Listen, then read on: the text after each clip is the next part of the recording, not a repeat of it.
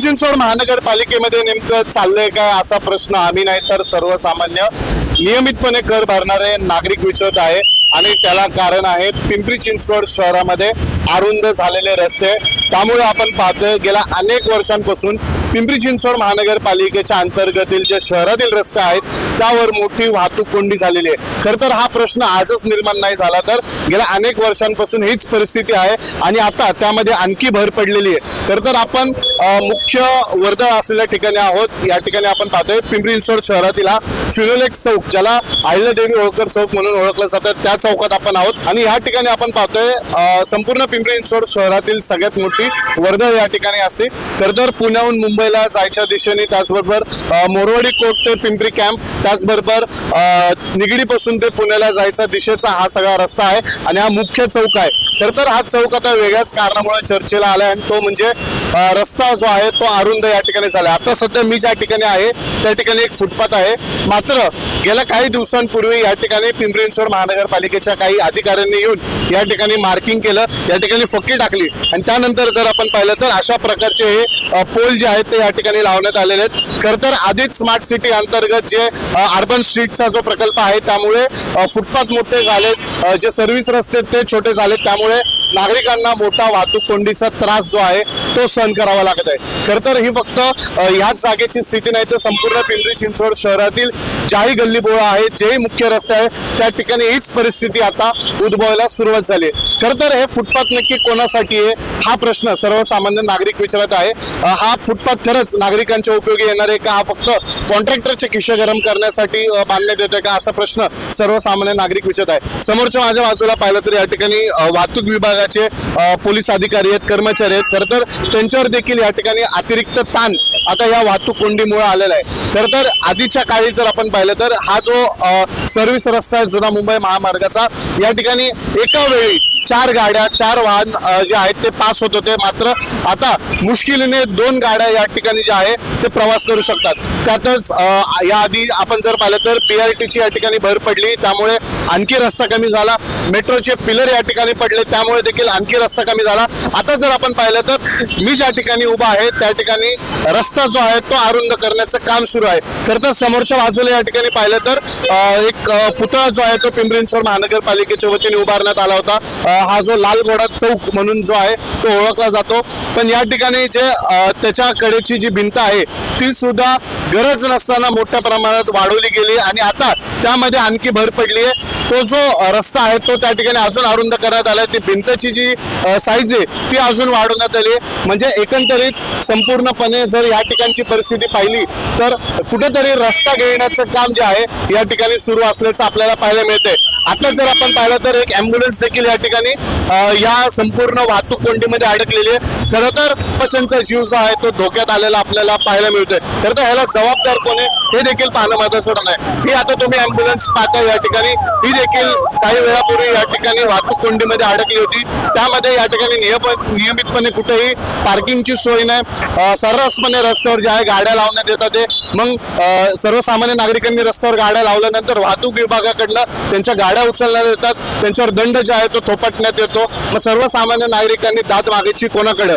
याआधी पिंपरी चिंचवड महानगरपालिकेचा कारभार संपूर्णपणे आयुक्त शेखर सिंह हे पाहत होते, मात्र शहराचे रस्ते अरुंद करून पिंपरी चिंचवड महानगरपालिकेचे माजी आयुक्त शेखर सिंह हे आता नाशिकमध्ये रवाना झाले। त्यांचा अतिरिक्त कारभार श्रवण हार्डीकर यांच्याकडे आलेला आहे। खरं तर या जिल्ह्याचे पालकमंत्री अजित पवार यांना वारंवार या ठिकाणचे स्थानिक नागरिक असतील, या ठिकाणचे पदाधिकारी, त्यांचेच पदाधिकारी असतील, त्यांनी वारंवार जे आहे उपमुख्यमंत्री अजित पवार यांना या संदर्भात तक्रार केली, निवेदन दिली, मात्र तरी देखील या ठिकाणी जे आहे मार्ग जो आहे तो निघत नाही आहे। सर्वसामान्य नागरिक हे गेल्या अनेक वर्षांपासून या ठिकाणी त्रस्त झालेले आहेत। खरं तर हे डिवायडरची जी गोष्ट असेल, त्याचबरोबर फुटपाथची गोष्ट असेल, त्या ठिकाणी आपण पाहतोय रस्ता जो आहे तो अरुंद झालाय। फुटपाथ जे आहे ते जवळजवळ 20-20 फूट इतके उंच फुटपाथ या ठिकाणी, एवढे लांबीचे फुटपाथ या ठिकाणी लावण्यात आलेले आहेत। खरं तर आता सर्वसामान्य पिंपरी चिंचवडकर असा प्रश्न विचारते की आता मुंबई सारखी ट्रॅफिक चे प्रश्न जे आहेत ते पिंपरी चिंचवड महानगरपालिकेच्या अंतर्गतील रस्त्यांमध्ये उद्भवायला लागले.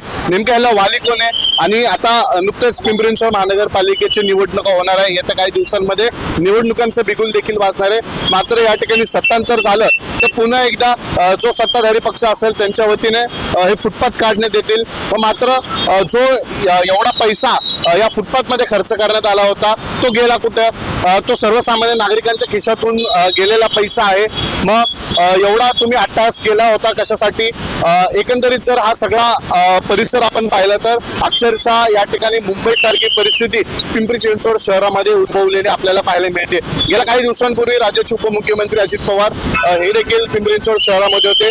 त्यांनी एका भाषणामध्ये पिंपरी चिंचवड शहराचा भरभरून कौतुक केलं की नागरिक त्यांना भेटतात, सांगतात की पिंपरी चिंचवड शहराचे रस्ते फार सुंदर आहे, फार मोठे रस्ते, या ठिकाणी ट्रॅफिक कोंडी होत नाही. मात्र या ठिकाणी जर परिस्थिती पाहिली तर पूर्णपणे वेगळी परिस्थिती आहे. या ठिकाणी जे IT मध्ये काम करणारे वर्ग आहे, MIDC मध्ये, कंपनीमध्ये, ऑफिसला जाणारा जो वर्ग आहे त्यांना मोठा या ठिकाणी वाहतूक कोंडीचा त्रास सहन करावा लागतो. हा सगळा तुम्ही या ठिकाणी परिसर पाहत असाल तर तासोनतास या पिंपरी चिंचवड शहराच्या वाहतूक कोंडीमध्ये सर्वसामान्य पिंपरी चिंचवडकरांचा जीव जातोय. आता नेमकं याला जबाबदार कोण आहे हे देखील पाहणं महत्वाचं ठरणार आहे. नेमकं सर्वसामान्य नागरिकांनी प्रश्न विचारायचे तरी कोणाकडे, यावर कधी मार्ग निघेल असा प्रश्न मी नाही तर सर्वसामान्य पिंपरी चिंचवडकर विचारत आहे. आज फिनोलेक्स चौकामधनं रोज वाहतूक करणारे काही नागरिक आपल्या सोबत आहे, त्यांच्या प्रतिक्रिया जाणून घेणार आहोत. दादा, तुम्ही रोज या ठिकाणाहून वाहतूक करता.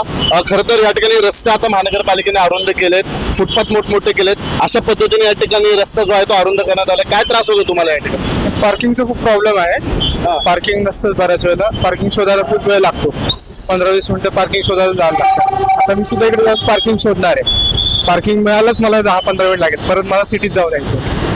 पार्किंगचं खूप प्रॉब्लेम. काय कसं पाहताय तुम्ही? काय खरंच गरज आहे का एवढे रस्ते अरुंद करायची, एवढे मोठे फुटपाथ करायची? नाही, पार्किंगची काहीतरी व्यवस्था करायला पाहिजे. पार्किंगच नाही. तुम्ही रोज या ठिकाणी वाहतूक कोंडीमध्ये अडकता. आधी तुम्ही लवकर निघायचं, आधी 5 मिनिटं लागायची, आता 10 मिनिटं लागतात. हो, ट्रॅफिक जाम खूप असतो. आता मला इथे यायला जवळपास अर्धा-पाऊण तास लागणार निगडीवरून इथे. दादा, रोज तुम्ही या ठिकाणी वाहतूक करत असता. मात्र आता महानगरपालिकेने जर आपण पाहिलं तर या ठिकाणचा जो रस्ता आहे तो अरुंद केलाय, मोठे फुटपाथ केलेत, रस्ता जो आहे तो बारीक करण्यात आलेला आहे. काय त्रास होतो तुम्हाला रोज तुम्ही या ठिकाणी जाता? ट्रॅफिक फुल लागते. 10 मिनिट जाते सिग्नल. म्हणजे याआधी कधी ट्रॅफिक होतं का इथं? आता झालंय म्हणजे 1-2 महिन्यामध्ये. पहिलं नव्हतं ट्रॅफिक. काय कारण आहे, कशामुळे तुम्हाला ट्रॅफिक मध्ये समस्या लागते? व्हीलर वाले रूल्स पाळत नाही त्याच्यामुळे. तुम्ही रोज या ठिकाणून वाहतूक कोंडीचा त्रास जो आहे तुम्हाला पण सहन करावा लागतोय. खरं तर पिंपरी चिंचवड महानगरपालिकेने मोठमोठे फुटपाथ केले, पार्किंगची सोय नाही. या ठिकाणी सिग्नलला आधी 1 मिनिटं लागायचं, आता 5 मिनिटं या ठिकाणी जात होतो. कसं पाहतो? लय त्रास होतो. लय त्रास व्हायला लागले. म्हणजे याआधी असं त्रास व्हायचं का? आता या ठिकाणी आपण पाहतोय हे असे पिलर टाकण्यात आले, म्हणजे जायला रस्ताच सोडलेला नाहीये. त्यामुळे काय लय फिरायला लागते आणि थांबायला पण लय लागते.